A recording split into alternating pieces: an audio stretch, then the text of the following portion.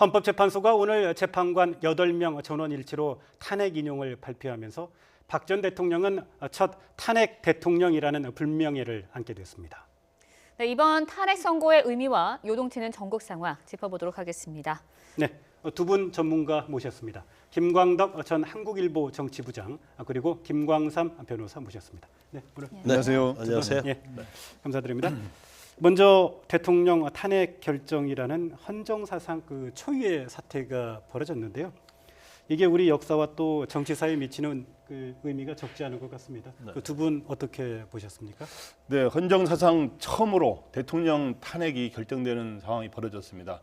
그래서 국가적으로 이렇게 좀 어찌 보면은 국가적으로 이렇게 불행한 거죠. 정치 이러한 민주 정치가 완전히 정착되는 그런 모습을 보여야 되는데 예. 그러지 못한 점에서 안타까운 점인데 일단 탄핵이 그 전에 소추안이 국회에서 가결됐지만 탄핵이 기각되지 않았습니까? 노무현 전 대통령 예. 같은 경우는. 근데 이번엔 헌법재판소에서 탄핵안이 인용되는 건 이제 처음 있는 일인데 소위 말해서 가지 않은 길을 처음 가게 된 거죠. 한국 정치사에서. 예. 네. 그래서 이런 것은 뭐냐 하면 뭐의 중요성을 알려주는 거냐 하면 이 헌법 준수의 중요성과 국민 주권의 어떤 중요성 이런 걸 알려주는데 예를 들어서 우리 헌법 1조에 대한민국 주권은 국민에게 있고 모든 권력은 국민으로부터 나온다. 이런 거를 새삼 일깨워주는 이런 측면이 있고 또 박근혜 대통령 예. 개인적으로 보면은 18년의 정치 인생이 불명예로 마무리됐다. 네. 이런 점에서 박근혜 대통령에는 일종의 불명예 퇴진을 하게 된 그런 셈인 거죠. 네. 예, 김광삼 변호사께서는 어떻게? 오늘 이제 탄핵 결정과 관련해서 낭독문을 보면 네. 헌법이란 말이 25번이나 나온다고 그러잖아요. 예. 그런데 이 자체의 의미는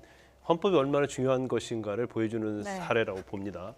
그래서 헌법 자체는 국가의 존재의 근거가 되는 것이고 그 예. 헌법은 국민이 제정한 거 아니겠습니까? 네. 그런데 어떤 국가의 어떤 권력이 이런 국민이 제정한 헌법을 무시하고 사적 이익을 위해서 이런 행위를 했을 때 탄핵이 될 수밖에 없다. 파면이 될 수밖에 없다는 네. 그런 이제 경고적 의미가 굉장히 강하다고 보고요. 예. 또 우리나라 지금 현재 어떤 헌법이랄지 제왕적 대통령제이지 않습니까? 네. 그래서 향후에 어떤 정치 권력에 대해서 또 어떤 이제 뭐 조기 대선이 실시될 텐데 거기에서 또 대권을 누가 또 대통령 취임하게 될 겁니다. 그러면 그 대통령이나 정치 권력에 대한 굉장히 경고성의 의미도 함유하고 있다 저는 그렇게 평가하고 싶습니다. 예. 네. 그런가 하면 오늘 파면 결정을 보면요. 재판관 8명이 모두 합의된, 일치된 파면 결정을 내렸습니다. 어떤 배경이 있다고 좀 봐야 할까요? 일단 저는 뭐 전원 일치 그 오늘 판결 자체를 보면 인용 판결 자체를 보면 좀 약간 감지를 할 수 있었다고 봅니다. 일단 우리가 뭐 13개의 쟁점 사유가 있고 그다음에 초기에 헌법재판소에서 5개 사유를 정리하지 않았습니까? 네. 그런데 그중에 형사법과 관련된 뇌물죄 부분은 이제 중간에 빠졌어요. 네. 왜냐하면 이 부분에 대해서는 국회 소추 측에서 증거도 내지 않았고 그러면 결국 예. 네 가지인데 그 중에서 물론 뭐 세월호랄지 뭐 공무원 임명권과 관련된 부분에서 좀 문제가 있었지만 네. 결국 최순실 씨가 어떤 관여한 국정농단 이제 그런 것들은 증거에서 너무나 명백하기 때문에 네. 특히 최순실 씨의 국정농단으로 인한 대통령 권한 남용 이 예. 부분은 굉장히 명백했다는 거죠. 그래서 탄핵 사유가 여러 가지 있지만 그 부분은 굉장히 명백하기 때문에 네. 어떤 헌법재판관도 이것은 사실 인정을 안 할 수가 없고요. 이게 또 법률 위배다고 판단할 수밖에 없는 상황이기 때문에 네. 그 부분에 대해서는 이견이 없는 거예요. 그래서 전원 일치의 어떤 방향으로 갔다고 보고요. 그다음에 제가 아까 말씀드린 것처럼 그다지 어떤 평의 자체가 많은 시간을 하지 않았어요. 그런 걸 예. 보면 헌법재판관들 사이에 굉장히 공감이 있었고 인용에 대한 그런 생각이 다 똑같았다는 걸 의미할 수 네. 있는 거죠. 그래서 예. 이 자체는 뭐 전원 일치됐기 때문에 그 자체로도 의미가 있지만 또 하나 의미가 이제 불법과 관련해서 만약에 소수 의견이 뭐 한두 명이라도 나왔다고 한다면 네. 그 자체가 탄핵을 반대하는 세력에게 어떤 명분을 줄 수가 있는데 전원일치 됐다는 자체로도 보면 그런 명분을 주지 않기 때문에 불복의 명분을 갖고 계속적으로 가기는 어렵다. 이런 데서 상당히 의미가 있다고 저도 봅니다. 한마디 예, 보충해서 그렇게 이야기하자면요. 예. 오늘 그 안창호 재판관이 보충 의견이라는 형식으로 이야기를 했는데 안창호 재판관은 뭐 진보적인 성향은 아니거든요. 예. 예. 오늘의 이 문제는 진보 보수의 이념을 떠나서 헌법 수호라고 하는 중요한 문제여서 그런 거를 헌법 수호가 굉장히 중요하다. 그런 점을 강조했거든요. 그렇기 때문에 이걸 통해서 같은 의견을 내므로서 소위 말해서 이제 판결 이후에 헌재 결정 이후에 또 태극기 촛불 세력 이렇게 나눠가지고 국론이 분열되는 한 그런 후폭풍을 막는 그런 국민의 어떤 혼란을 막고 국민 통합을 지향해야 된다는 그런 뜻이 또 담겨 있는 걸 보입니다. 네. 예, 오늘 헌재 결정문을 보면 두 가지 측면의 보충 의견이 하나 있었어요. 방금 말씀을 해주신 헌법소 문제와 관련해서 또 안창호 네. 재판관이 얘기했던 제왕적 대통령제의 폐해를 극복하기 위한 노력이 필요하다라고 하는 의견이 한 가지 있었고요. 또 한 가지는 세월호 7시간 의혹에 대한 이제 보충 의견이었죠. 네. 김희수 재판관과 이진성 재판관이 성실한 직책 수행 의무를 위반했다, 대통령이 이렇게 이야기를 했어요. 이게 탄핵의 사유 정도에 이르지는 않겠지만 위반한 것은 분명하다. 이걸 기록으로 남기기 위해서 일부러 보충 의견을 제시한 것 같아요. 네, 그럴 가능성이 있다고 예. 봅니다. 그래서 네. 이 부분은 상당히 중요한 것 같아요. 왜냐하면 사실 세월호 7시간과 관련해서 이제 박근혜 대통령이 어떤 일을 했느냐, 예. 그것이 지금 밝혀진 게 없어요. 박근혜 대통령 법률 내린 측은 여러 가지 뭐 이 얘기를 했지만 그것은 단지 주장에 불과하고 그거에 뒷받침하는 근거는 전혀 없단 말이에요. 그렇지만 헌재에서 오늘 밝힌 것처럼 세월호 7시간과 관련해서 어떤 성실 의무, 그러니까 대통령으로서 구체적으로 뭐 구조를 해야 할 그런 뭐 예. 책무나 임무가 있다고 볼 수는 없다 이렇게 판단하고 있고요. 예. 또 어떤 정책 결정에서 잘못, 그러니까 세월호의 어떤 구조 의무에서 정책 결정을 잘못했다거나 정치적으로 무능력했다고 그래서 이것이 탄핵 사유는 되지 않는다 이렇게 설치했지 않습니까 오늘? 예. 그렇지만 그런 부분은 굉장히 아쉬운 부분이요. 아쉬운 부분이죠. 왜냐하면 세월호 7시간 자체가 어떤 형사적 책임을 물을 수 있는 범죄 행위는 아니에요. 그렇지만 헌법 위반 사유는 될 수 있다고 많은 국민들이 생각하거든요. 네. 예. 그래서 암만 해도 그 김희수나 이진성 재판관 같은 경우는 이렇게 중체대한 사태에 있어서 대통령 자체가 거기에 대해서 소홀히 했다는 것은 이것은 성실한 직책 수행 의무를 위반한 것이지 않느냐. 네. 그렇기 때문에 헌법 위반 사유가 된다. 이렇게 이제 보충 의견을 냈지 않습니까? 그렇다고 예. 한다면 이 부분 자체도 추후에 어떤 세월호 7시간과 관련된 부분에 있어서는 굉장히 네. 중요한 어떤 명분이 될 수 예. 있는 아주 뭐 굉장히 중요한 부분이라고 봐요. 네, 아닌 게 네. 아니라 오늘 문재인 전 대표가 팽목항에 내려가서요. 세월호 7시간 의혹과 관련해서 또 다른 특검을 추진할 수도 있다라는 이야기를 했기 때문에요. 이 부분이 향후에 또 굉장히 중요한 휘발성이 강한 예, 예. 정치적 쟁점이 될 수 있겠다 이런 생각이 듭니다. 네. 그런가 하면요. 박근혜 전 대통령 아무래도 파면이 되면서 전직 대통령으로서의 예우 문제도 좀 달라질 것 같습니다. 어떤 예우를 받게 되나요? 네, 대통령이 이제 그 현직을 그만두고 전직 대통령이 되더라도 여러 가지 예우를 많이 받거든요. 네. 왜냐하면 그거는 그동안에 대통령으로 봉사한 그런 거 이런 것이 있지만 국가 기밀이라든가 이런 걸 많이 갖고 있기 때문에 전직 대통령이 돼서도 원로로서의 역할을 제대로 하라는 의미에서 여러 가지 혜택을 받는데 예. 이렇게 파면이 되게 되면은 혜택이 거의 다 없어지고 단순히 경호와 경비 요거에만 받게 되고 나머지들은 예. 거의 없어지는데 가령 이제 연금 같은 거 예. 연봉의 한 70% 이상을 받게 되는데 월 한 1,200만 원 되는 그런 걸 못 받게 되고요. 기념 사업 지원도 못 받게 되고, 그다음 비서관 지원, 그다음 운전기사 지원 이런 것도 못 받게 되고, 교통통신, 진료 지원 이런 것들 이제 못 받게 되는. 그래서 단순하게 경호를 한 10년 가량 받을 수 있는 그거 외에는 모든 특권이 없어집니다. 그리고 또 하나는 가장 단적으로 대통령 이제 현직에 물러남으로 예. 인해서 형사 불소추 특권이 없어짐으로 인해서 검찰 수사에 당장 응해야 되는 게 있고 또 5년간 다른 공직에 침할 수 없는 이런 것이 처하게 됩니다. 네. 예. 헌법재판소 선고 이후에 대통령 측 그 대리인인 그 서석구 변호사가 판결에 대해서 결정에 대해서 뭐 강력히 유감을 표명하는 그 기자 인터뷰를 가졌고요.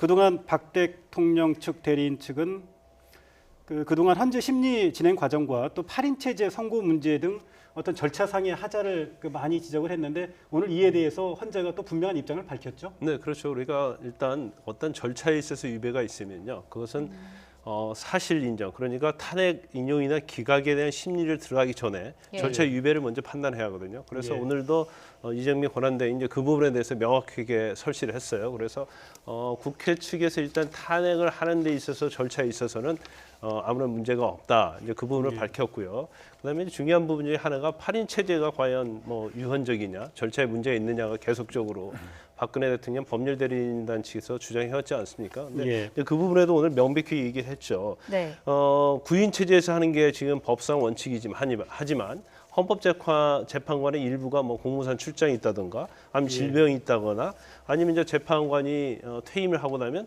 후임 재판관을 임명하려고 하면 공석은 어쩔 수 없는 경우가 생길 수 있다는 거죠.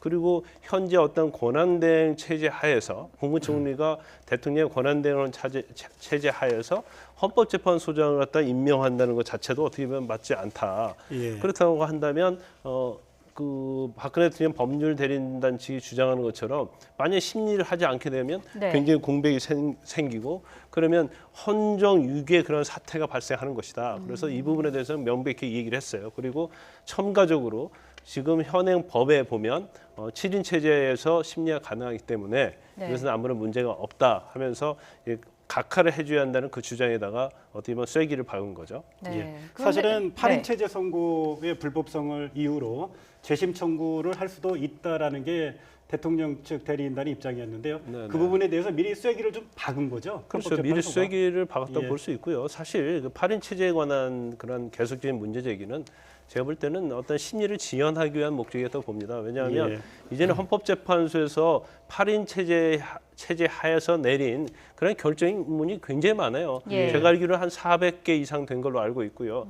또 예. 8인 체제의 어떤 헌재 결정 자체가 유법하지 않다 그런 결정도 있거든요. 그렇기 예. 때문에 이 부분은 명백함에도 불구하고 아니면 이전에 헌재의 결정례를 결정했던 사례를 보지 않았던지 아니면 예. 법리적 오해했던지 아니면 심리를 지연시킬 목적으로 계속적으로 주장하지 않았나 그런 생각을 합니다. 네, 예. 그런가 하면 뭐 대통령 변호인단 서석구 변호사가 이야기를 했습니다. 재심 청구 여부는 뭐 나중에 밝힐 거다 이러면서 굉장히 반발하는 그런 입장을 밝혔는데 헌재의 심판은 불복 가능한 게 아니지 않습니까?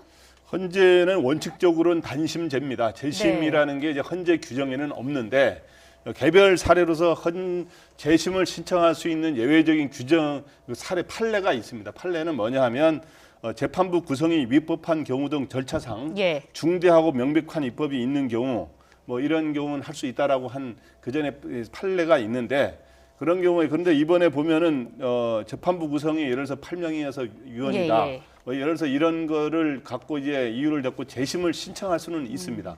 그런데 예. 이제 요번에 오늘 결정을 하면서 헌재에서 결정하면서 8인 체제가 아무 문제가 없다. 그리고 국회 탄핵 소추 과정의 의결 절차도 아무 문제가 없다.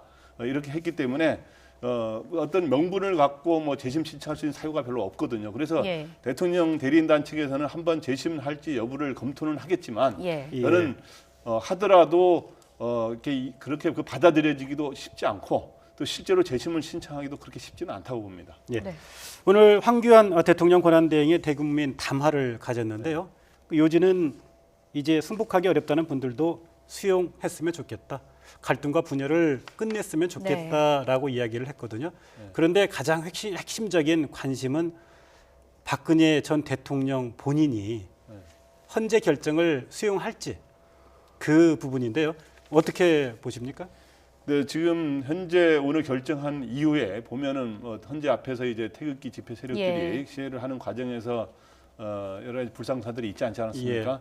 참 그런 일들은 없어야 되는 것이고 그걸 또 누가 선동하는 사람들이 있어서도 안 되는 것이고요. 네. 또 촛불 집회 세력은 지금 이제 또 이제 축하 집회 국민의 승리라면서 그런 집회를 하고 예. 있는데 저는 이 집회들이 마무리되고 앞으로 대선 과정에서 새 대결로 가지 않아야 된다고 생각하고요. 그렇게 하려면 먼저 박 대통령 스스로 지금 오늘까지는 전혀 입장을 밝히고 있지 않고 지금 관제에 머물고 있습니다만은 대통령 스스로 대국민 입장 표명을 하면서 이제는 국민들이 그 승복을 하고 자제를 해주기를 당부하는 네. 입장을 표명하는 대통령 스스로 표명하는 게 바람직하다고 생각하고요. 예. 또 여야 정치권들도 이 국민들한테 촛불 집회 세력 주도하는 세력과 태극기 집회 주도하는 세력들이 앞으로 대선 과정에서도 너무 그게 세대결로 과열되면 대선의 어떤 공정한 진행에도 논란이 있을 수 있는 거 아닙니까? 예. 예. 그런 거를 승복과 함께 자제를 촉구하는 그런 입장을 표명하는 게 바람직하다고 봅니다. 네. 예. 이제 앞으로 조기 대선 전국 아무래도 황교안 권한대행이 대선 일정을 공고해야 되는 상황인데요. 유력하게 지금 정치권에서 오가는 이야기가 5월 9일이 가장 유력한 날짜로 꼽히고 있습니다. 어떻게 전망하십니까? 이제 5월 달은 이제 장미가 핀다고 하죠. 그런데 예. 그래서 장미 대선이 아니냐. 전에는 이제 벚꽃 대선이냐 장미 대선이냐 그런 얘기를 많이 했었어요. 그런데 4월이 된다면 뭐 벚꽃 대선이다 그렇죠. 이렇게 네, 이야기하고요. 예, 그런데 이제 5월 9일이면 이제 60일 이내, 그러니까 인용 결정이 난 다음에 60일 이내 선거 치르는 거 아닙니까? 예. 예. 그러면 5월 9일이 마지막 날이 되는데 5월 9일 전에 또 이런 규정이 있어요. 50일 전에 공고를 해야 합니다. 예. 그러면 50일 전에 공고를 해야 하면 이 규정을 전체적으로 종합해서 보면 4월 29일에서 5월 9일까지가 대선 날짜를 잡아야 할 거예요. 그런데 예. 사실 그 당시에 연휴가 계속 끼어 있습니다. 예. 그래서 토요일, 일요일 지금 그리고 달력이 나오고 그렇죠. 있죠. 그리고 5월 1일은 근로자 날 아닙니까? 예. 또 5월 3일은 석가탄신일이에요. 그리고 5월 5일은 어린이날이기 때문에 계속 토요일 주말과 연휴를 계산해 보면 계속적으로 그 전주에 연휴예요. 예. 그런데 5월 8일 하면 또 8일도 일요일과 겹쳐서 연휴지 않습니까? 예. 그렇기 때문에 예. 5월 9일이 될 가능성이 좀 크다고 보고요. 그리고 5월 9일이라는 건 좀 의미가 있다 봅니다. 왜냐하면 마지막 날이긴 하지만 네. 지금 조기 대선이라서 굉장히 기간이 짧잖아요. 그러니까 예. 선거운동 기간도 굉장히 짧고요. 그리고 적어도 각 정당은 이달 말까지는 적어도 후보자를 좀 선출을 해야 하지 않나 싶습니다. 그래서 시간이 많이 쫓기 때문에 지금 뭐 날짜상으로 보면 5월 9일밖에 없을 것 같아요. 예. 그런데 환경권한대행이 예. 조만간에 예. 공고를 할 가능성이 아무튼 열흘 크다고 봅니다. 이내에 그 선거일을 공고를 해야죠. 그렇죠. 열흘 이전에 예. 하기 때문에 시간적인 여유도 없고요. 또 예. 어떤 선택의 여지도 많지 않습니다. 네. 오늘 마침 중앙선관위가 대선 예비 후보 등록을 시작한다고 밝혔어요. 예. 자, 대선 예비 후보 등록이 시작된 가운데 예. 또 관심이 가는 것 가운데 하나가 황교안 대행의 출마 가능성이 이게 또 좀 얘기가 많이 되고 있죠. 네. 우리 김광덕 그 전 정치부장께서는 어떻게 보십니까? 황교안 권한대행의 출마 가능성은 지금 계속 한 달 전부터 계속 거론되고 있고 계속 본인한테 여러 질문을 했지만 예. 본인은 출마 여부에 대해서 가타부타 현재 이야기하지 않은 상태입니다. 그러니까 출마 가능성을 열어놓기는 한 거죠. 예. 그리고 본인은 그리고 또 황대만이라는 모임이 생기지 않았습니까? 황교안 통일 대통령 만들기라고 하는 팬클럽이 생겼는데 예. 그러면 출마 가능성을 열어놓고는 있습니다만은 제가 보기에 출마가 그리 쉽다고 생각되지는 않습니다. 왜냐하면 예. 지금 이제 박근혜 대통령이 물러난 상황에서 지금 현재 대통령 권한대행에 이제는 진짜 명실상부한 권한대행으로 책임이 있는데 예. 그거를 다시 대행한테 경제부총리한테 맡기고 떠나기에는 지금 국가 안보 위기 상황이나 이런 것들이 엄중하기 때문에 예. 그렇게 해서 출마하기 위해서 그 대행 업무를 그만두었을 경우에 그런 비판 여론이 있기 때문에 그러한 부담 때문에 저는 출마하기가 쉽지 않다고 생각됩니다. 그렇지만 그 지금 자유한국당에서는 좀 황교안 예. 대행과 홍준표 경남지사를 이렇게 빅 매치를 시켜가지고 흥행하는 거를 이제 선호하고 있는 거 아닙니까? 네, 그래서 그렇죠. 보수 진영 정당은 지금 인물난을 겪고 있는 것 같아요. 그죠? 인물난을 겪고 예. 있기 때문에 지지율이 굉장히 높게 나오는 상황이 계속 된다면 예. 본인이 지난번에 한번 뭐 성경 기절을 인용해서 여호와가 인도하신다는 그런 표현을 쓸 수 있는데 예. 그런 상황이 된다면 출마할 가능성은 있습니다. 네. 그럼요. 이렇게 뭐 출마를 공식화하고 뭐 이럴 때 보수 결집에도 의미가 있는 걸까요?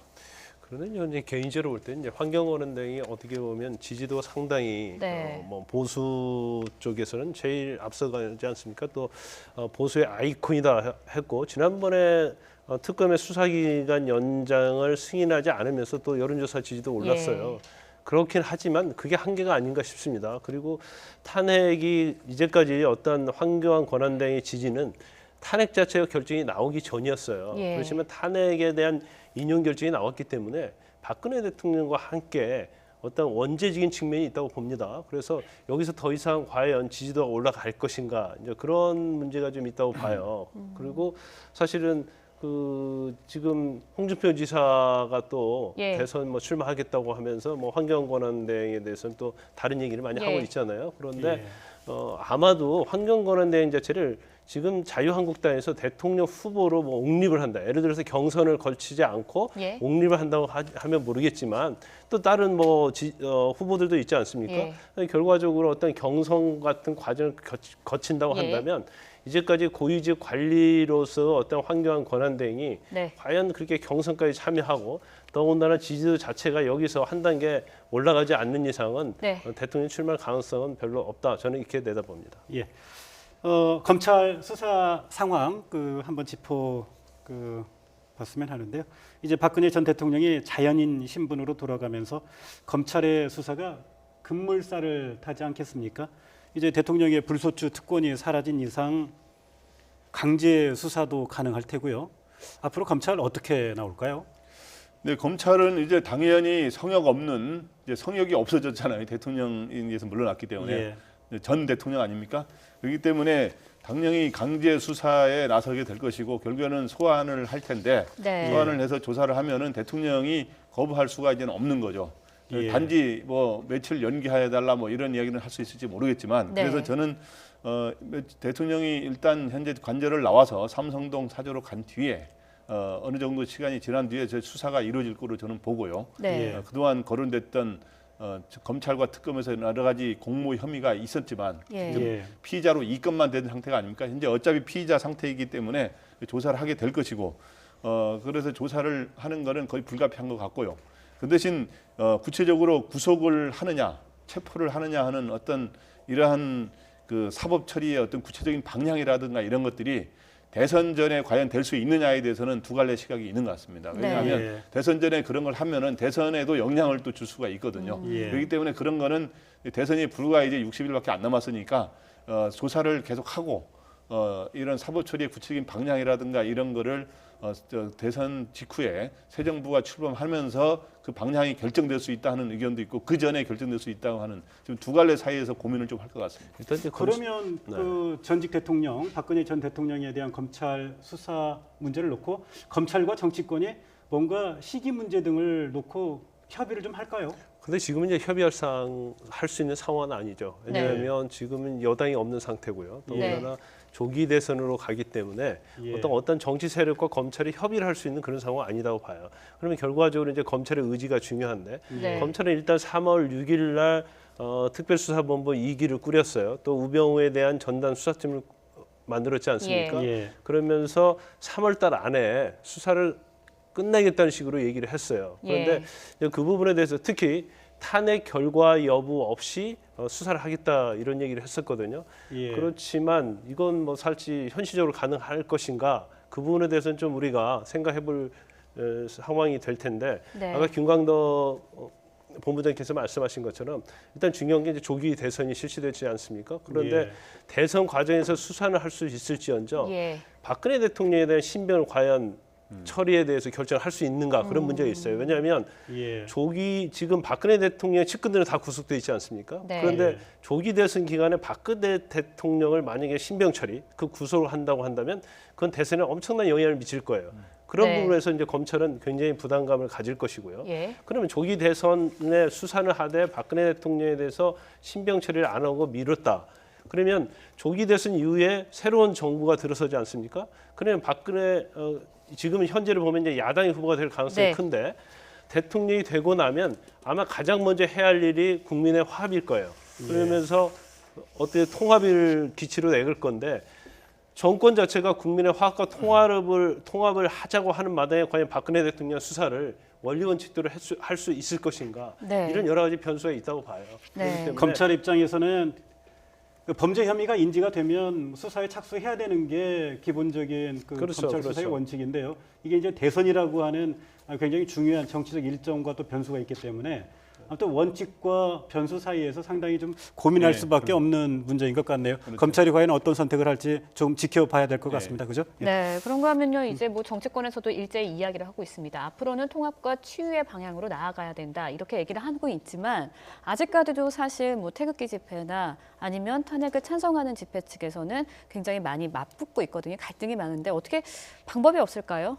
일단 전 두 집회에 대해서 이야기하자면 저는 내일은 뭐 양쪽에서 다 집회를 한다 그럽니다. 그런데 대선이 다가오면 이 대규모 집회를 하면 대선의 어떤 공정한 진행에 장애를 초래할 수도 있거든요. 예. 그렇기 때문에 저는 일정 정도 대선이 가까워지면 저는 양측의 집회를 사실상 자제를 시키거나 금지를 시키는 것도 저는 검토할 만하다고 생각합니다. 왜냐하면 예. 과거에 노무현 그 전 대통령이 당시 탄핵 심판 중에 헌법재판 탄핵 심판 중에 탄핵 반대 그 시위가 예. 탄핵 반대 시위가 굉장히 확산이 됐습니다. 그때 이제 예. 고건 당시 대통령 권한 대행이 근데 총선이 다가오지 않았습니까? 네. 너무 지나치게 이제 시위가 확산이 될 경우에 총선에 영향을 줄 수 있다는 이유로 나중에 그 자제를 당부한 적이 있거든요. 예. 저는 그런 측면에서 이번 정치권들도 그러한 방향에서 정치권들도 지금 현재 이 상황 이제는 이미 대통령이 물러났기 때문에 예.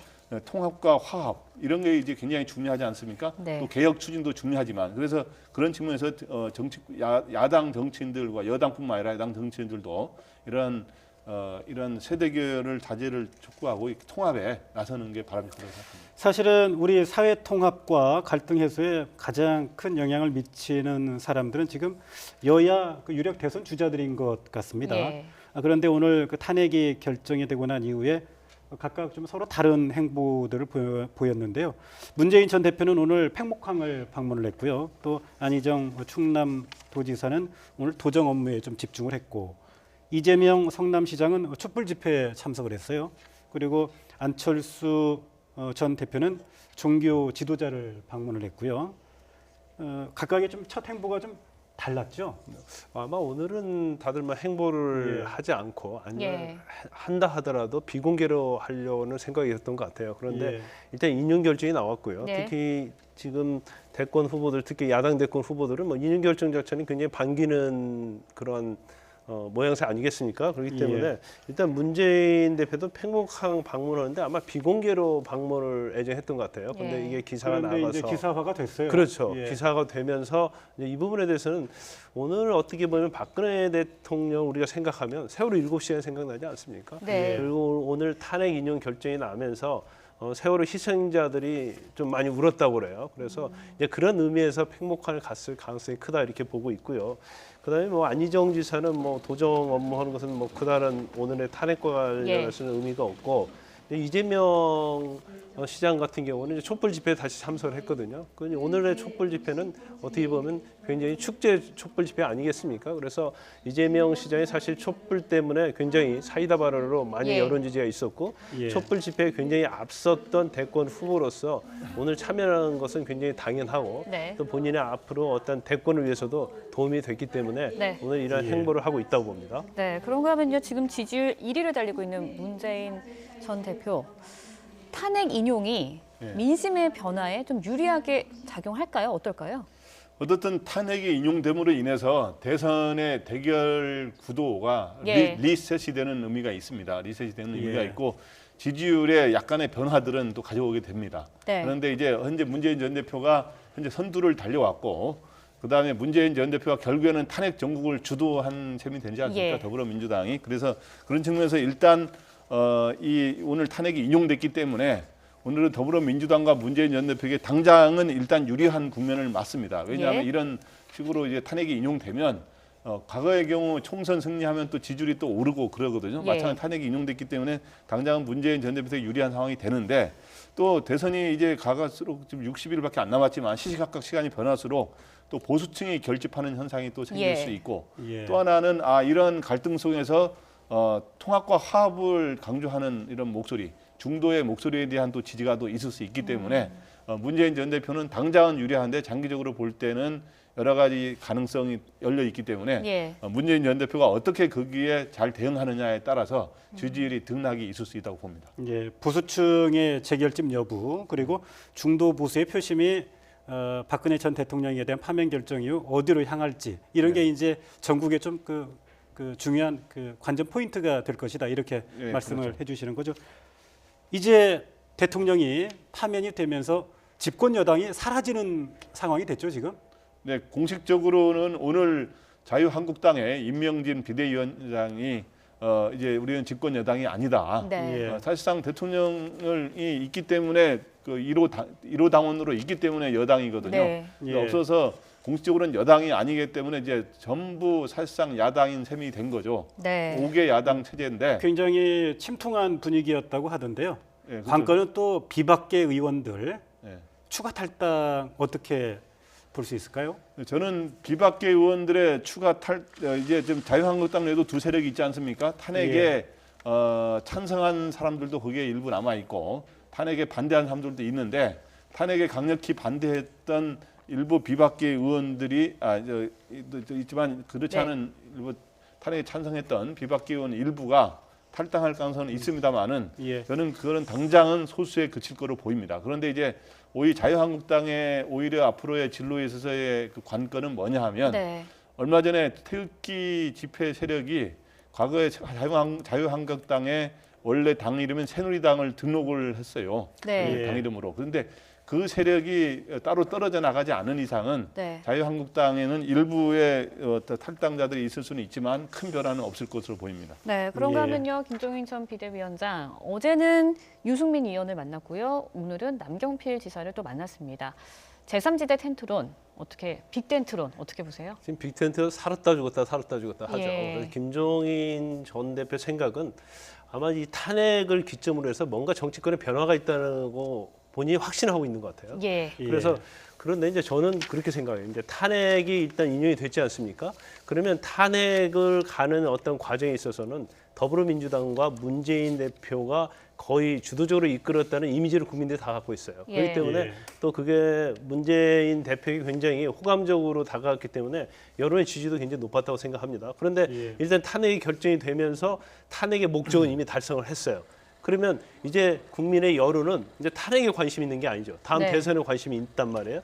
그러면 그 부분이 향후의 대선까지 과연 문재인 대표한테 이게 긍정적으로 영향을 미치느냐, 부정적인 영향을 미치냐는 앞으로 한 일주일 정도 시간이 있어야 한다고 봅니다. 네. 그런데 예. 아마 김종인 전 대표는 탄핵이 인용이 되든 기각이 되든 일단 끝이 나고 나면 문재인 전 대표의 어떤 지지도나 그런 거에 영향이 있을 거라고 그렇게 확신을 하고 있는 것 같아요. 그래서 네. 적어도 문재인 대표와 대립할 만한 빅텐트를 만들어서 서로 1대1 구도로 가면 이 선거를 해볼 만한 게임이다 그렇게 생각하고 있기 때문에 과감하게 예. 본인의 의원직을 버리면서 나와서 새로운 빅텐트를 만들려고 하고 있는 거죠. 네. 지금까지 김광덕 전 한국일보 정치부장 그리고 김광삼 변호사와 이야기 나눴습니다. 네, 두 분 오늘 말씀 말씀 오늘 고맙습니다. 감사드립니다. 감사합니다.